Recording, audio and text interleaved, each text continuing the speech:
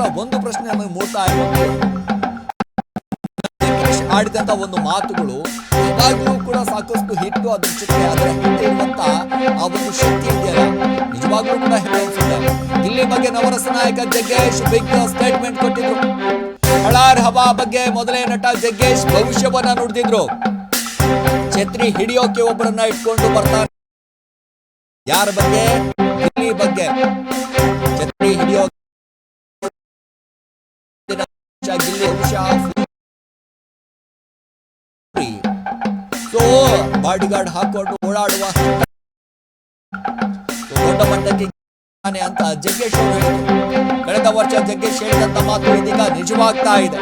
ಯಾಕೆ ಅಂತಂದ್ರೆ ಅಷ್ಟರ ಮಟ್ಟಿಗೆ ಅಭಿಮಾನ, ಅಷ್ಟರ ಮಟ್ಟಿಗೆ ಪ್ರೀತಿ, ಅಷ್ಟರ ಮಟ್ಟಿಗೆ ಫ್ಯಾನ್ಸ್ ಫಾಲೋವರ್ಸ್ ಅನ್ನ ಪಡೆದಿರುವಂತಹ ಏಕೈಕ ನಮ್ಮೆಲ್ಲರ ಹೆಮ್ಮೆಯ ಪ್ರೀತಿಯ ಗಿಲ್ಲಿ ನಟ.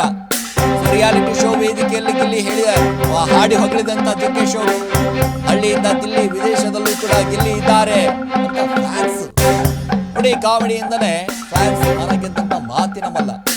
ಜಗ್ಗೇಶ್ ಅವರು ಯಾವಾಗ್ಲೂ ಕೂಡ ಯಾರ ಬಗ್ಗೆ ಆದ್ರೂ ಕೂಡ ಒಂದಿಷ್ಟು ಅವರು ಹೇಳ್ಬೇಕಾದಂತ ಸಂದರ್ಭದಲ್ಲಿ ಸಹಜವಾಗಿ ಗಮನಿಸಬೇಕಾಗಿರೋದು ಏನಪ್ಪಾ ಅಂತಂದ್ರೆ, ಜಗ್ಗೇಶ್ ಅವರು ಹೇಳ್ಬಿಡ್ತಾರೆ, ನವರಸ ನಾಯಕ ಬಹಳ ಅದ್ಭುತವಾದಂತ ಜಗ್ಗೇಶ್ ಅವರು. ಯಾಕೆ ಅಂತಂದರೆ ಅವರ ಸಿನಿಮಾಗಳಲ್ಲೆಲ್ಲವೂ ಕೂಡ ನಾವು ಗಮನಿಸಿದ್ವಿ. ಅವರ ಕಾಮಿಡಿ ಆಗಿರ್ಬೋದು, ಅವರ ಆ ಡೈಲಾಗ್ ಆಗಿರ್ಬೋದು, ಎಲ್ಲವೂ ಕೂಡ ಗಮನಿಸ್ತಾ ಹೋದಾಗ ನಿಜವಾಗ್ಲೂ ಕೂಡ ನಮಗೆ ಹೆಂಗೆ ಅನಿಸ್ಬಿಡ್ತಿತ್ತು ಅಂತಂದರೆ, ಏನ್ರಿ ರೀ ನವರಸ ನಾಯಕ ಅವರ ಆ್ಯಕ್ಟಿಂಗು, ಅವರ ಡ್ಯಾನ್ಸ್ ಪರ್ಫಾರ್ಮೆನ್ಸು, ಅವರ ಹಿಟ್ ಸಾಂಗ್ಗಳನ್ನೆಲ್ಲವೂ ಕೂಡ ಗಮನಿಸ್ತಾ ಹೋದಾಗ ಭಾಳ ಅದ್ಭುತ ರೀ. ನೋಡಿ, ಜಗ್ಗೇಶ್ ಅವರು ಸಾಮಾನ್ಯವಾಗಿ ಯಾರ ಬಗ್ಗೆಯೂ ಕೂಡ ಒಂದಿಷ್ಟು ಮಾತಾಡೋದಿಲ್ಲ. ಯಾಕೆ ಮಾತಾಡೋದಿಲ್ಲ ಅಂತಂದರೆ, ಅವರಿಗೆ ಮಾತಾಡಬೇಕಾ ಬೇಡವಾ ವ್ಯಕ್ತಿ ಬಗ್ಗೆ ಅನ್ನುವಂಥ ಲೆಕ್ಕಾಚಾರದಲ್ಲಿ ಇರ್ತಾರೆ. ಸೊ ಹಾಗಾಗಿ ಅವಾಗ ಇದೇ ಡ್ರೋನ್ ಪ್ರತಾಪ್ ಅವರ ಬಗ್ಗೆಯೂ ಕೂಡ ಹಿಂದೆ ಮಾತಾಡಿದರು. ಭಾಳ ಅದ್ಭುತವಾದಂಥ ವ್ಯಕ್ತಿ ಆಗ್ತಾನೆ, ಹಾಗಾಗ್ತಾನೆ, ಹೀಗಾಗ್ತಾನೆ ಅಂತ. ಸೊ ಬಿಗ್ ಬಾಸ್ ಮನೆಗೆ ಬಂದಂಥ ಸಂದರ್ಭದಲ್ಲಿ ಆ ವ್ಯಕ್ತಿಯ ಎಲ್ಲ ನೆಗೆಟಿವ್ ಕೂಡ ಒಂದು ರೀತಿಯಾಗಿ ಪಾಸಿಟಿವ್ ಆಗುತ್ತೆ. ಈಗ ಇದೇ ಗಿಲ್ಲಿ ನಟನ ಬಗ್ಗೆ ನವರಸ ನಾಯಕ ಜಗ್ಗೇಶ್ ಅವರು ಮಾತಾಡ್ತಾರೆ. ಸೊ ಹಳಾರ ಹವನ ಬಗ್ಗೆ ಒಂದಿಷ್ಟು ಮೊದಲೇ ಗೊತ್ತಿತ್ತು ಈ ನಟನ ಹಿಂಗೆ ಅಂತಂದರೆ, ಅವನು ಹೋಗ್ತಾ ಇರುವಂಥ ಸ್ಪೀಡು, ಅವನು ಮಾಡ್ತಾ ಇರುವಂಥ ಒಂದಿಷ್ಟು ಕಾಮಿಡಿ, ಜನರನ್ನು ರಂಜಿಸ್ತಾ ಇರುವಂಥ ಟೈಮಿಂಗು, ಅದೆಲ್ಲವೂ ಕೂಡ ಗಮನಿಸ್ತಾ ಹೋದಾಗ ಜಗ್ಗೇಶ್ ಅವ್ರಿಗೆ ಭಾಳ ಅದ್ಭುತವಾಗಿ ಅನಿಸ್ಬಿಟ್ಟಿತ್ತು ಅಂತಂದರೆ. ಯಾಕೆಂತಂದರೆ ಮುಂದಿನ ವರ್ಷದವರೆಗೆ ಛತ್ರಿ ಹಿಡ್ಕೊಂಡು ಒಬ್ಬರು ನಿನ್ನನ್ನು ಒಂದು ರೀತಿಯಾಗಿ ಬೆನ್ನ ಹಿಂದೆ ನಿಲ್ತಾರೆ ಅನ್ನುವಂಥ ಲೆಕ್ಕಾಚಾರದಲ್ಲಿ. ಅಂದರೆ ಛತ್ರಿ ಹಿಡಿಯೋಕೆ ಒಬ್ಬರು ಇಟ್ಕೋತೀಯಾ, ಅಷ್ಟರ ಮಟ್ಟಿಗೆ ನೀನು ಹವಾ ಮಾಡ್ತೀಯಾ, ಅದರ ಜೊತೆಗೆ ಬಾಡಿಗಾರ್ಡ್ಗಳನ್ನು ಹಾಕ್ಕೊಂಡು ನೀನು ಸಂಪೂರ್ಣವಾಗಿ ತಂದರೆ ಹಿಂದೆ ಮುಂದೆ ಎಲ್ಲರೂ ಕೂಡ ಬಾಡಿಗಾರ್ಡ್ ಹಾಕ್ಕೊಂಡು ನೀನು ಓಡಾಡುವಷ್ಟು ಚೇಂಜ್ ಆಗ್ತೀಯಾ ಅಂತ ಹೇಳಿದ್ರಂತೆ. ನೋಡಿ, ಅದು ಎಲ್ಲವೂ ಕೂಡ ಇದೀಗ ಒಂದು ರೀತಿಯಾಗಿ ಸತ್ಯ ಆಗ್ತಾ ಇದೆಯಾ. ಯಾಕೆ ಹೇಳ್ತಾ ಇದ್ದೀನಿ ಅಂತಂದರೆ, ಈಗ ಸಾಮಾಜಿಕ ಜಾಲತಾಣದಲ್ಲಿ ಈಗ ಅವನ ಗಿಲ್ಲಿಗಿರುವಂಥ ಒಂದಿಷ್ಟು ಫ್ಯಾನ್ ಬೇಸು, ಅವರು ಯಾವಾಗ ಹೊರಗಡೆ ಬರ್ತಾರೆ ಅಂತ ಕಾಯ್ತಾ ಇದ್ದಾರೆ, ಬಕ ಪಕ್ಷಿಗಳಂತೆ ಕಾಯ್ತಾ ಇದ್ದಾರೆ. ಸೊ ಏನಾದರೂ ಒಂದು ರೀತಿಯಾಗಿ ಅವನ ಹವಾ ಕ್ರಿಯೇಟ್ ಆಯ್ತಲ್ಲ ಸ್ವಾಮಿ. ಸೊ ದೊಡ್ಡ ಮಟ್ಟಕ್ಕೆ ಗಿಲ್ಲಿ ಬೆಳಿತಾನೆ ಅಂತ ಹೇಳಿದ್ರಲ್ಲ ಜಗ್ಗೇಶ್ ಅವರು, ಇದೀಗ ಅದೆಲ್ಲವೂ ಕೂಡ ಒಂದು ರೀತಿಯಾಗಿ ನಿಜ ಆಗ್ತಾ ಇದೆಯಾ.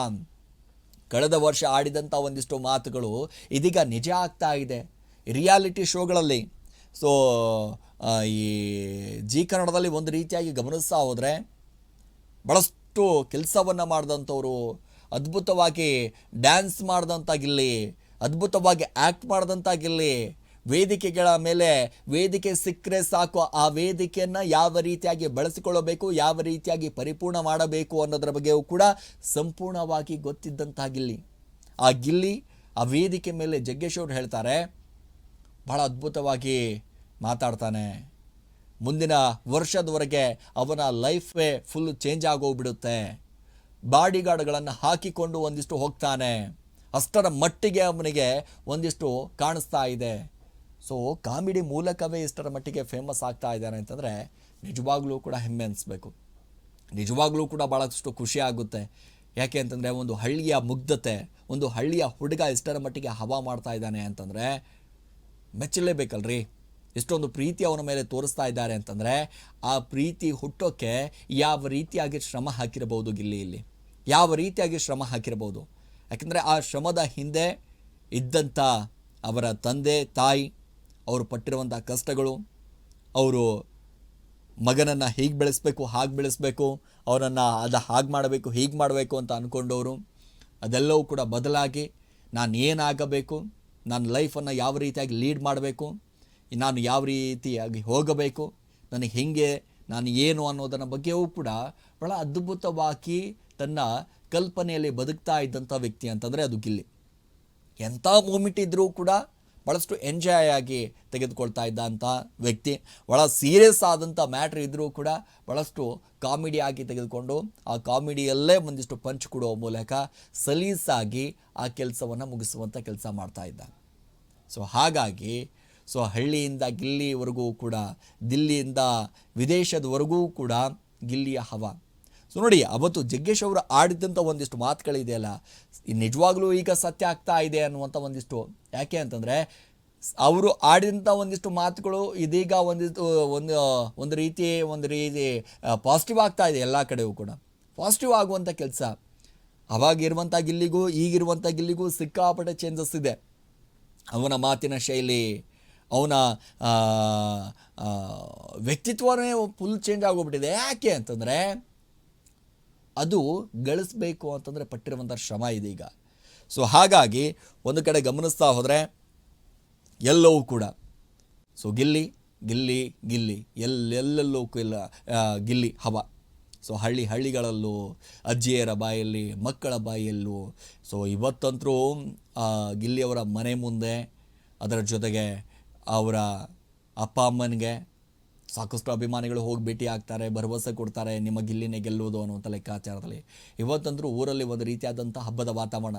ಏನಾದರೂ ನಾಳೆ ಕಪ್ಪನ್ನು ಹಿಡ್ಕೊಂಡು ಬಂದಂಥ ಸಂದರ್ಭದಲ್ಲಿ ಇಡೀ ಏರಿಯಾದಲ್ಲಿ, ಇಡೀ ಊರಲ್ಲಿ ಅದರ ಗತ್ತೆ ಬೇರೆ ಇದೆ ಕಣ್ರಿ. ಹಳ್ಳಿ ಹೈದ ಕೊನೆಗೂ ಕೂಡ ಗೆದ್ದ ಅನ್ನುವಂಥದ್ದು, ಆ ಮುಗ್ಧತೆ ಗೆದ್ದು ಅನ್ನುವಂಥದ್ದು. ಯಾಕೆಂದರೆ ರಿಯಾಲಿಟಿ ಶೋ ಅಂತಂದಾಗ ಸಹಜವಾಗಿ ನಮಗೆಲ್ಲರಿಗೂ ಕೂಡ ಅನಿಸುವಂಥದ್ದು ಆ ಪ್ರೀತಿ ತೋರಿಸುವಂಥ ಕೆಲಸ. ಸೊ ಹಾಗಾಗಿ ಯಾರು ಗೆಲ್ಲಬೇಕು, ಯಾರು ಬಿಡಬೇಕು ಅನ್ನೋದ್ರ ಬಗ್ಗೆ ಅವಲ್ಲ. ಇಲ್ಲಿ ಗೆದ್ದಂಥ ಸಂದರ್ಭದಲ್ಲಿ ಹೌದಪ್ಪ, ಇವರೇ ಗೆಲ್ಲಬೇಕು, ಅವರೇ ಗೆಲ್ಲಬೇಕು ಅನ್ನುವಂಥದ್ದು ಒಂದಿಷ್ಟು ಓಡಾಡ್ತಾ ಇದೆ. ಇನ್ನೇನು ಒಂದು ದಿನ ಬಾಕಿ ರೀ, ಇವತ್ತು ಫಿನಾಲೆ. ಮತ್ತೊಂದು ಕಡೆ ಇವರೇ ಬರ್ತಾರೆ, ಅವರೇ ಬರ್ತಾರೆ, ಅವ್ರು ಗೆಲ್ತಾರೆ, ಅಶ್ವಿನಿ ಗೌಡ ಗೆಲ್ತಾರೆ, ಗಿಲ್ಲಿ ಗೆಲ್ತಾರೆ, ಧನುಷ್ ಗೆಲ್ತಾರೆ, ಕಾವ್ಯ ಗೆಲ್ತಾರೆ, ರಘು ಗೆಲ್ತಾರೆ, ರಕ್ಷಿತಾ ಗೆಲ್ತಾರೆ ಅನ್ನುವಂಥ ಮಾತುಗಳು ಓಡಾಡ್ತಾ ಇದೆ. ನೋಡೋಣ ಯಾರು ಗೆದ್ದು ಬೀಗ್ತಾರೆ ಅನ್ನುವಂಥದ್ದು. ಆದರೆ ಈಗಾಗಲೇ ಕರ್ನಾಟಕ ಜನರ ಮನಸ್ಸನ್ನು ಗೆದ್ದಿರುವಂತಹ ಮಾತಿನ ಮಲ್ಲ ಗೆದ್ದೇ ಗೆಲ್ತಾನೆ ಅನ್ನುವಂಥ ಒಂದಿಷ್ಟು ನಂಬಿಕೆಗಳು, ಒಂದಿಷ್ಟು ಭರವಸೆಗಳು ಈಗಲೂ ಕೂಡ ಒಂದಿಷ್ಟು ಇದೆ.